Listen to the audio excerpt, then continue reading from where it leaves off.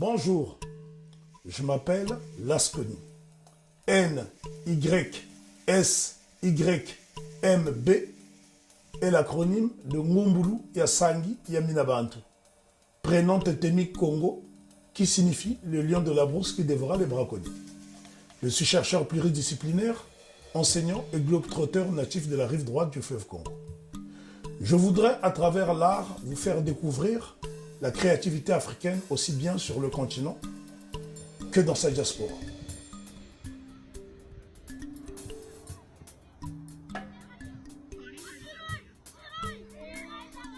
En Afrique, la rue est un gymnase à ciel ouvert qui offre d'étonnants spectacles.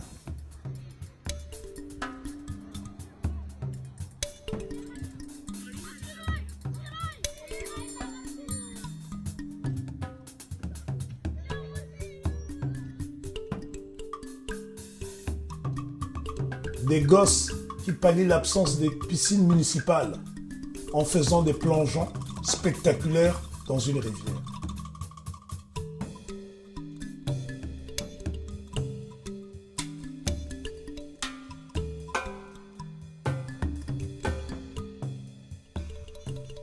Nous sommes issus d'une civilisation joyeuse. Voilà pourquoi l'Afrique est le continent qui détient le taux de suicide le plus faible au monde. Ce gentleman va aisément franchir un obstacle par un geste acrobatique pour rester coquet. On ne se pointe pas au rendez-vous avec une apparence négligée, surtout lorsqu'il s'agit d'une charmante créature.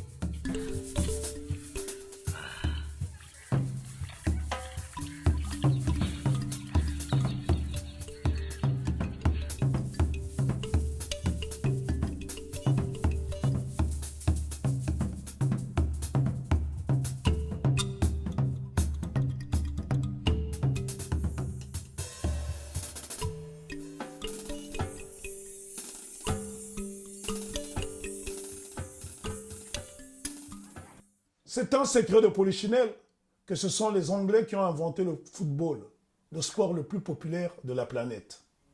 Mais les Africains leur ont emboîté le pas en inventant le headball. Football est la combinaison de foot et ball, c'est-à-dire pied et ballon. Headball est celle de la tête et du ballon.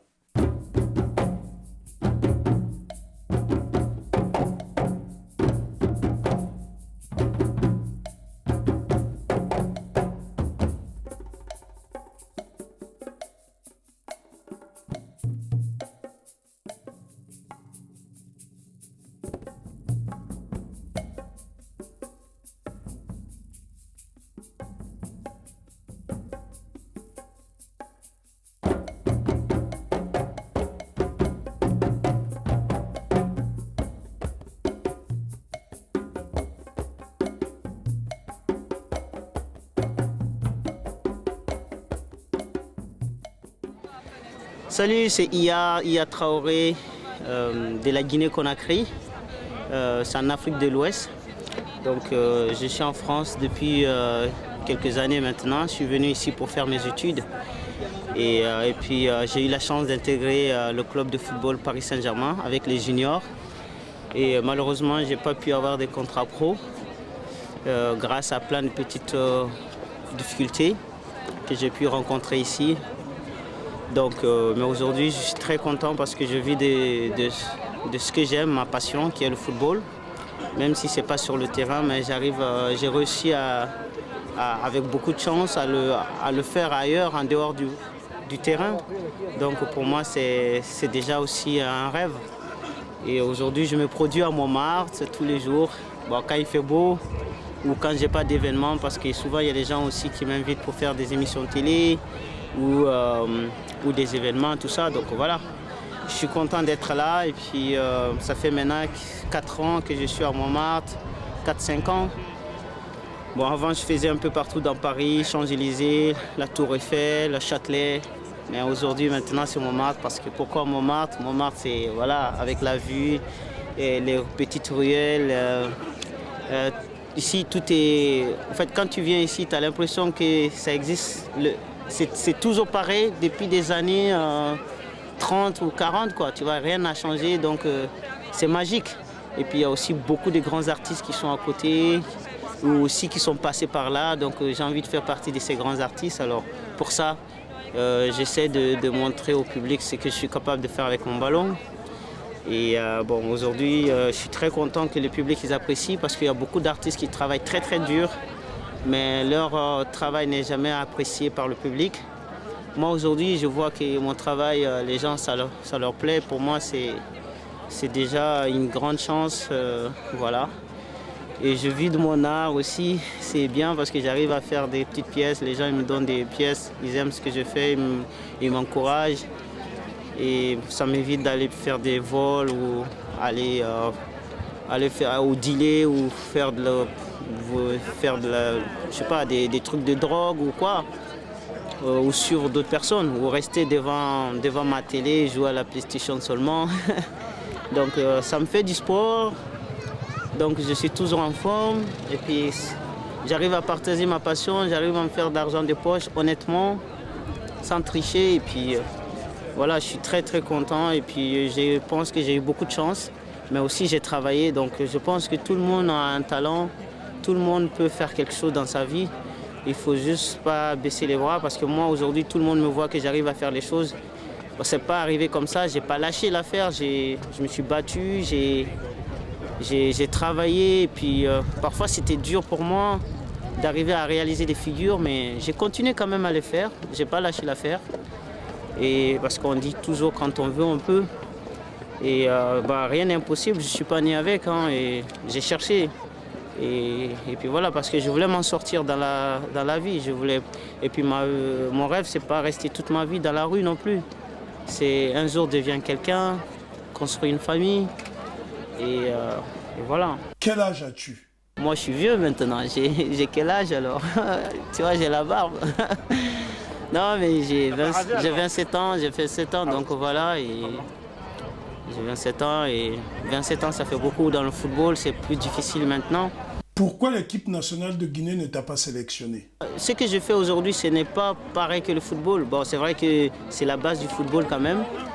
Mais on peut être un bon jongleur, pas forcément un bon footballeur. Mais c'est vrai que moi, j'ai été d'abord très très bon au football. Et puis aujourd'hui, actuellement, je suis plus bon au football de ce que je fais aujourd'hui. Mais seulement que j'ai eu beaucoup de difficultés au niveau des papiers au début. Parce qu'en France, ici, pour jouer au football, quand tu es européen, tu as plus de facilité de t'en sortir vite. Et les agents, ils savent qu'il y a moins de complications avec toi. Et puis il y en a qui arrivent à sortir du lot quand même sans avoir de papier forcément. Mais moi, le mien, ce n'est pas été le cas. Et puis aussi, quand tu vas jouer au football, ils regardent plus les gabarits. Moi, je ne suis pas très grande taille, tu vois. Mais aujourd'hui, il y a des petits, tous les petits détails dans le football.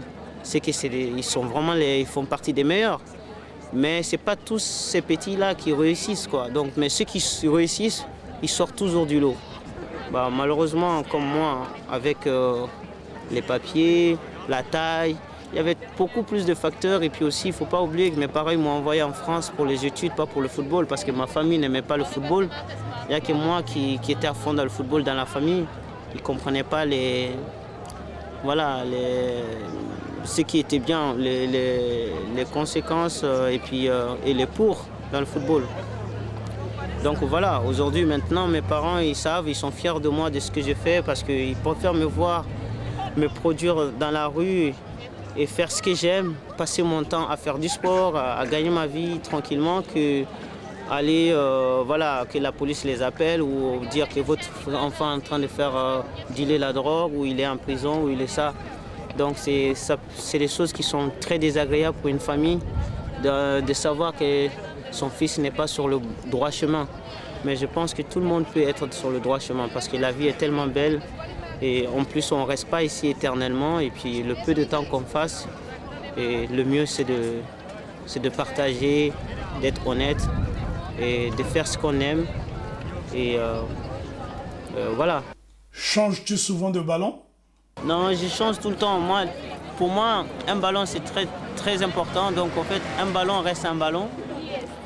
Et j'aime tous les ballons, tout ce qui est un ballon de football. Mais c'est vrai que j'ai beaucoup de feeling avec mon propre ballon à moi parce que je peux lui faire des bisous. Et, et puis voilà, je l'aime. Je suis tout le temps avec le ballon en fait. Bon, les gens ils croient que je vis avec lui, je dors. Bon, c'est vrai que je vis avec mon ballon, mais parfois je dors pas avec lui quoi. Mais il dort à côté, pas loin. Ou parfois il reste. Mais en tout cas, il est pas loin de moi à chaque fois. As-tu un sponsor? Bah, pour l'instant, j'ai pas de sponsor. Alors, comme c'est des marques qui fabriquent les ballons ou qui fabriquent des vêtements ou des chaussures, il y a Nike qui fait, je porte tout. Parfois je porte Puma. Moi je vais dans les magasins, si je trouve qu'un ballon qui me plaît, je trouve qu'il est joli, je l'achète. Ou parfois je trouve qu'il y a un survêt qui est Puma. Je vois que le survêt Puma il est joli, il est beau, la couleur me plaît, je prends. Vous savez, ici c'est pas toujours facile, mais peut-être un jour ça va arriver. Il faut travailler, si tout travail paye, un jour ça payera. Donc moi je suis pas pressé, parce que plus pressé que la musique, tu danseras mal. Et j'ai pas envie de danser mal, donc je prends, je travaille, et puis même si Adidas ou Nike ou Puma ne veulent pas de moi, c'est pas grave. Je fais mon truc, je suis heureux de ce que je fais. Je gagne pas des millions peut-être, mais je suis bien dans ma vie, c'est le plus important. Après, s'ils viennent me chercher, ça serait un rêve aussi de travailler avec eux, pourquoi pas. Il faut avoir les contacts, il faut taper à la bonne porte. Tu peux être un très grand footballeur, mais si tu n'as pas de chance ou tu ne frappes pas à la bonne porte, tu ne peux pas devenir. Je connais des gens qui sont plus forts que Messi. Hein. Aujourd'hui, c'est vrai que Ronaldo ou Ronaldinho, Messi, Neymar, on dit qu'ils sont forts. Mais sur cette terre, il y a des joueurs qui sont plus forts qu'eux. Mais seulement qu'eux, ils n'ont pas frappé à la bonne porte. Et ils sont capables de marquer. Il y a des joueurs sur cette planète qui sont capables de marquer chaque match au moins un but. Chaque match, tellement qu'ils sont forts. Mais ils n'ont pas toutes les structures autour d'eux qu'il faut, quoi. Donc soit ils sont incognito, soit ils n'ont pas de contacts, soit ils n'ont pas l'argent pour venir en Europe, soit ils sont en Europe mais ils n'ont pas les moyens pour se mettre sur la lumière, jusqu'à ce que le temps, parce que le football c'est un temps, c'est des 16 ans à 30 ans, de 16 ans à 26 ans, si tu n'as rien, ça commence à être mort. Hein. Il faut avoir peu de chance que tu signes à 26 ans, 27 ans, 30 ans ton contrat pro. C'est que des exceptions. Voilà.